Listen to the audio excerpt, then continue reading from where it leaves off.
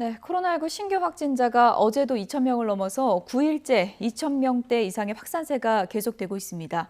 추석 연휴 이후 확산세가 꺾이질 않으면서 현행 거리두기 단계는 2주 더 연장되는데요. 백신 접종 완료자에 대한 혜택은 더 확대됐습니다. 코로나 현황 알아보겠습니다. 김경우 서울백병원 가정의학과 교수 나와 계십니다. 어서 오세요. 네, 안녕하세요. 네. 요일별 최다 확진자 수가 계속되고 있긴 하지만 지난주에 이제 3,000명대가 넘었기 때문에 이번 주는 더 심해질 것이다라고 했는데 폭증세는 아닌 건가요? 어떻게 보십니까? 네, 일별 변동차가 큰데요. 그 주간 평균 확진자 수로 봤을 때 지난주에는 한 2,030명 정도였고 이번 주는 한 2,500명 정도 나올 것 같은데요. 그 전주 같은 경우에 증가세가 한 12.8%로 알려졌는데 아마 이번 주는 20% 내지 25% 정도 더 증가할 것 같습니다. 그러니까 꾸준히 증가하고 있는데 추석 연휴를 맞아서 그 증가 폭이 더 커졌다 이렇게 봐야 될 것 같고 이 증가 속도가 얼만큼 더 증가될지 좀 우려되는 상황인데 일단 확진자 수가 많아도 백신 접종을 많이 해서 괜찮지 않겠냐라는 의견들이 많으신데 예. 일부분 그런 부분도 있지만 대부분 이제 미접종자 중심으로 발생하게 되면은 이분들 중심으로 여전히 이 중증화율이나 사망자 수는 증가할 수가 있는데 실제로 아마 이번 주 사망자 주간 사망자 수 같은 경우에도 지난주 한 40명대에 비해서 이번 주 한 60명대로 더 많이 발생할 것 같고 중증 환자도 더 그만큼 미접종자 중심으로 많이 발생할 것 같은 상황이라고 말씀드릴 수 있겠습니다. 네, 추석 연휴 이후 확진자 이렇게 보면 특징이 비수도권 많이 늘었고요. 또 외국인이 많더라고요. 네, 그렇습니다. 외국인 분들께도 아무래도 추석 연휴를 맞아서 특히 이제 대면 노동하시는 분들 휴가를 많이 맞으셔서 오랜만에 만나셨을 텐데요. 아마 그동안 방역 수칙에 대한 정보라든지 예방 접종률이라든지 이런 것들이 일반 국민 분들보다 좀 접근하기 어려웠던 점이 있을 것 같아서 이분들 중심으로 좀 많이 발생한 것으로 알려져 있고 이분들에 대한 대책은 계속 논의된 것처럼 적극적으로 소통하고 어떤 신분의 불이익을 주지 않고 접종과 검사를 받으실 수 있도록 하는 정책들이 계속 필요할 것 같습니다. 네, 확산세가 이렇게 계속되면서 방역 당국은 기존의 사회적 거리두기를 2주 더 연장하기로 했죠. 발표 내용 다시 한번 들어보겠습니다. 추석 이후에 더 거세진 코로나 확산세, 이번 주말부터 시작하는 두 차례의 연휴 등 방역 위협 요인을 감안하여 정부는 향후 2주간 현행의 거리두기 단계를 그대로 유지하기로 결정했습니다. 사적 모임 인원 제한도 지금과 같이 똑같이 적용될 것입니다. 네, 아무래도 확산세가 계속되고 있기 때문에 불가피한 결정이었겠지만 거리두기 효과는 이제 좀 다 떨어진 거 아니냐 이런 회의론도 많은 것 같습니다. 어떻게 보십니까? 네, 일단 회의론의 어떤 근거가 좀 미약합니다. 사회적 거리두기가 진짜 효과가 없다는 근거가 미약하고 또 이런 분들은 또 그렇다고 사회적 거리두기를 중단하면 또 확진자가 증가한다고 주장하고 있기 때문에 조금 신빙성이 떨어지고요. 사회적 거리두기는 여전히 효과가 있고 특히 우리가 발견하지 못한 무증상자라든지 미발견자분들이 감염을 전파시키는 것을 차단할 수 있는 유일한 방법이기 때문에 현재 사회적 거리두기를 계속 유지해야 되고 효과가 없다는 것은 강도가 약하다는 뜻이기 때문에 보다 강도를 더 높이는 방법밖에 없을 것 같은데 그러기에는 어려우신 분들에 대한 더 추가적인 두터운 대책을 미리 마련한다든지 해서 보완하지 않으면 현재 사회적 거리두기를 더 강화하기는 좀 어려울 것 같고 그렇기 때문에 현재 이미 가장 높은 단계잖아요. 근데 개편안을 만들면서 어떤 사회적 거리두기 기준 단계도 많이 낮췄고 예. 내용도 많이 완화된 상태이기 때문에 지금 현재 사회적 거리두기가 그렇게 강한 단계는 강한 조치는 아니다. 그렇기 때문에 효과가 미비하다 이렇게는 볼 수 있지만 사회적 거리두기 효과 자체가 의미가 없다는 것은 우리가 좀 신뢰하기 어려운 주장이라고 생각합니다. 네. 워낙에 이제 긴 터널을 지나다 보니까 여기저기서 반발도 크고 어려움을 호소하는 분들도 많기 때문에 조금씩 조정이 되고 있는데 특히 결혼식이요.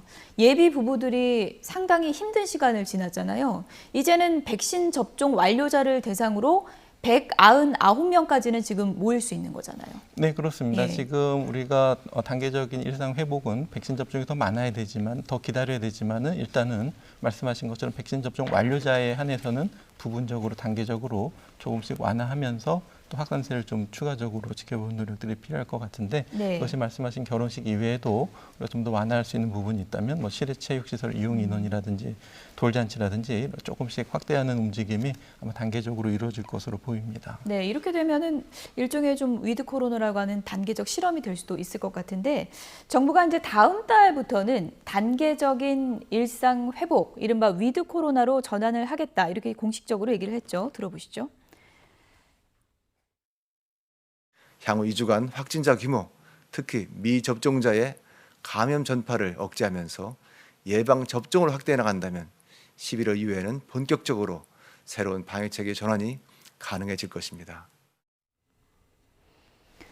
당장 다음 달입니다. 단계적 일상 회복에 우리가 접어들면 당장 뭐가 달라지는 겁니까? 일단 접종 완료자 중심으로 일단 일상 생활하실 때 특히 다중이용 시설이라든지 아까 말씀하신 모임 인원 제한에서 조금 완화가 될 것 같고요. 예. 역학조사에서도 어떤 접촉자 격리 할 경우에 완료자인 경우에는 증상이 없다면 굳이 격리하지 않고 PCR 검사를 하시면서 자기 증상을 모니터링하시고 대신 좀 이렇게 사람들이 많이 모이시는 그런 장소 방문은 좀 당분간 피해 주시면서 할 수 있는 그런 방법이 되겠고 아마도 이제 가장 좋은 것은 이제 감염이 되신다고 하더라도 위중증이나 사망으로 진행될 가능성이 매우 떨어지기 때문에 접종 완료하신 분들 대상으로 굉장히 일상생활에서 많이 부분적으로 일상 회복의 기회가 좀 많이 열릴 것으로 생각이 됩니다.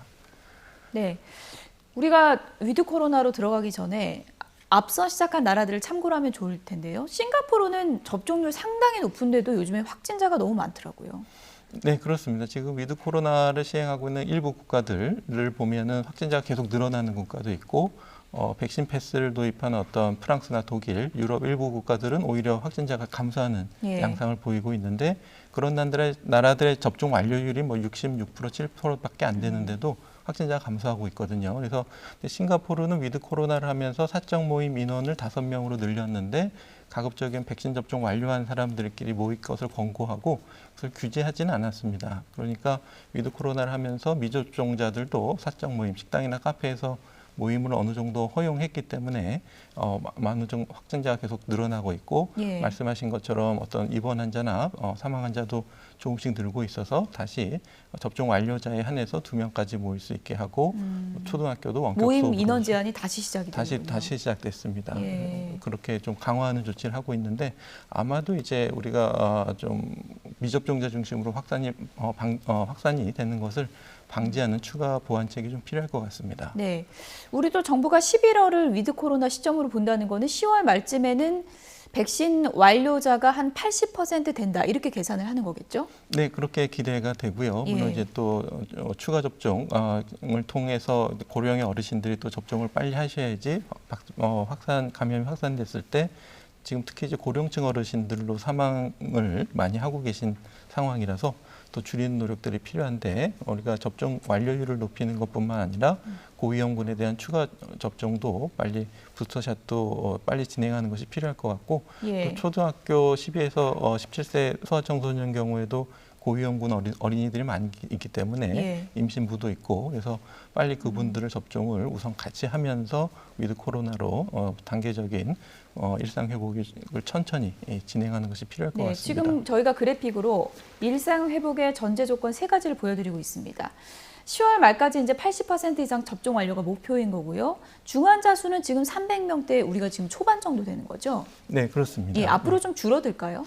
지금 확진자 증가세, 특히 미접종자 중심으로 늘어나는 것이 한 시간차를 두고 중환자 병상을 차지할 가능성이 있기 때문에 이것은 조금 더 시간을 두고 봐야 되는데 우리가 고위험군, 중증화율이 높은 분들을 충분히 보호한다면 조금 감소하는 것을 기대해 볼 수 있을 것 같습니다. 네, 그리고 치명률은 아까 이제 0.2% 정도 생각을 하고 있는데 독감이 0.1 정도인가요? 네, 지금 그렇게 알려져 있고요. 예. 치명률은 이제 감염되신 분이 사망할 때까지 좀 충분히 관찰해야 되기 때문에 2-3달 있다 사망하시는 분도 있어서 치명률을 정확하게 계산하기는 어렵지만은 초반보단 치명률 자체는 많이 낮아졌는데 이것이 지금 코로나19의 어떤 독성이 낮아져서가 아니고 예. 예방접종 하신 분에 한해서만 치명률이 낮아진 거기 때문에 미접종자분에게는 여전히 코로나19가 오히려 더 위험해진 특히 예. 델타 변이로 인해서 쉽게 감염되시고 중증화 위험도 특히 젊은 분들도 중증화 위험이 2배 이상 높아졌기 때문에 미접종자분들에게는 지금 코로나19가 더 위험하다. 특히 이제 겨울을 맞게 되면은 더 위험해질 수 있다. 이렇게 봐야 되기 때문에 우리나라 인구 전체로 봐서는 치명률은 낮아졌지만 미접종자분들에겐 더 위험하다는 사실을 우리가 좀 구분해서 인식하시는 것이 필요할 것 같습니다. 그런 점이 좀 걱정입니다. 지금 예약 안 하신 미접종자 분들이 500만 명 정도로 이제 추산이 되고 있는데 위드 코로나가 되면 이동량이 확 늘지 않겠습니까? 그러면 미접종자 500만 명 가운데서 또 확진자가 급증할 가능성을 배제할 수 없는 거죠. 네, 그것을 지금 싱가포르 사례가 잘 보여주고 있는데요. 전에는 이제 접종 완료하신 80%가 20%를 어느 정도 보호해주지 않을까 기대를 했지만은 지금 앞으로 겨울철과 델타라는 이중 어려움 때문에 앞으로 미접종자분들은 백신을 맞거나 아니면은 코로나에 걸리거나 이 두 가지 중에 한 가지밖에 선택하실 수가 없고 조심하시면 안 걸리겠지 하는 확률은 이번 겨울에는 좀 어려우실 것 같습니다. 예, 지금 뭐 예방 접종에 따른 연령별 사망자 수 및 치명률 이렇게 저희가 그래픽으로 조금 내용이 많긴 한데요. 좀 보면서 설명을 좀 들어보겠습니다. 1차 접종 완료자와 2차 접종 완료자도 사망률에서는 차이가 크게 있는 거죠? 네, 그렇습니다. 일단 질병청에서 그 5월에서 8월까지 확진자 10만 명 대상으로 분석한 결과가 되겠는데요. 지금 보시게 되면은 지금 접종을 완료하신 분 같은 경우에는 16분이 사망하셨고 미접종자는 235명, 그리고 1차 접종을 완료하신 분은 한 34명 이렇게 돌아가셨는데 그중에 이제 80대 이상 사망자가 대부분을 차지하고 있어서 80대 워낙 고령의 기저질환이 있으신 분들을 제외하게 되면은 70대 이하 사망자는 총 171명이고 그중에서 접종을 완료하신 분이 사망하신 경우는 한 분. 기저질환이 있는 젊은 분을 제외하고는 모두가 이제 140명이 이제 미접종자, 그 1차 접종 완료자 28명 이렇게 보고가 되고 있어서 지금 접종을 하시냐 안 하시냐에 따라서 굉장히 사망 위험이 굉장히 차이가 크다. 지금 80세 이상을 보면 이 두 개만 비교해 보시면 확연한 차이를 느끼실 수 있을 것 같아요. 미접종자가 80세 이상에서 치명률이 14.15%고 2차까지 다 맞으신 분 같은 경우는 3.72%로 떨어지네요. 맞습니다.